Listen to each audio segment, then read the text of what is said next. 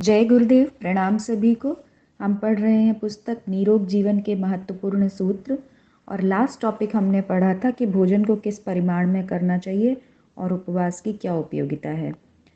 चलिए आज का टॉपिक हम पढ़ते हैं, मानसिक स्थिति का भी ध्यान रखिए। मन का शरीर के साथ बड़ा घनिष्ठ संबंध है। प्रत्यक्ष में तो सब प्रकार के कार्य हमारी इंद्रियां ही करती हैं, पर उनका राजा या संचालनकर्ता मन को ही माना गया है। इसीलिए मानसिक विचारों का प्रभाव शरीर पर सदैव पड़ता रहता है। हमारा भोजन भी इससे पृथक नहीं है। हमारे धर्म ग्रंथों में कहा गया है कि मनुष्य जैसा अच्छा या खराब भोजन करता है, वैसा ही प्रभाव उसके मन पर पड़ता है। इसी दृष्टि से गीता में सात्विक, राजसिक और तामसिक भोजन का वर्णन विस्तार पूर्वक किया गया है। इसी बात को किसी विचारक ने इन शब्दों में प्रकट किया है कि जैसा खाइए अन्न, वैसा बने मन। भोजन पर मन का प्रभाव। पर इस सिद्धांत का एक दूसरा पहलू भी है। जिस प्रकार भोजन का प्रभाव मन पर पड़ता है, उसी प्रकार मन के विचारों और उसकी अवस्था का असर भोजन पर भी पड़ता है। भोजन के समय जो शांत प्रसन्न चित्त रहने का उपदेश दिया गया है, उसका आशय यही है कि किसी प्रकार की उत्तेजना, आवेश, क्रोध या मानसिक हलचल की अवस्था में किया हुआ भोजन ठीक तरह से नहीं पचता और ना उससे शरीर को उचित लाभ होता है। इतना ही नहीं, अनेक बार तो विशेष उत्तेजना की दशा में किया हुआ भोजन प्रत्यक्ष रूप से हानि पहुंचाता है। इस संबंध में वैद्यक के ग्रंथ भाव प्रकाश में कहा गया है, तृष्णा भय क्रोध परिपुलुतेन लब्धेन रुग्दैन्य निपीड़ितेन प्रद्वेषयुक्तेन वा सेव्यमानमन्ये न सम्यक् परिपाकमेति। अर्थात तृष्णा, भय, क्रोध, लोभ, शोक, दैन्य, ईर्ष्या, द्वेष आदि के भाव जिस समय मन में उठ रहे हों या किसी रोग का आक्रमण हो रहा हो, तो उस अवस्था में किया भोजन ठीक तरह से नहीं पचता।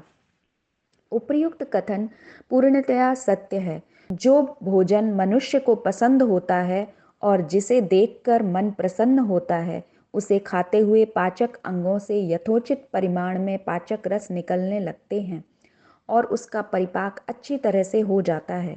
पर जिस भोजन से मनुष्य को किसी कारण अरुचि हो जाती है, उसे यदि विवशता से खाना भी पड़ा तो चाहे पेट भर जाए, पर वह शरीर में ठीक ढंग से नहीं लगता। क्रोध के समय खाया हुआ भोजन अनेक बार बड़ा अनिष्टकारी सिद्ध होता है और तत्काल ही कई रोग या शारीरिक कष्ट उत्पन्न कर देता है। बहमी या शक्की होना भी बुरा है। हम यह भी नहीं चाहते कि पाठक इस सिद्धांत को गलत रूप में समझें और भोज्य पदार्थों के संबंध में एकदम बहमी या शक्की बन जाएं।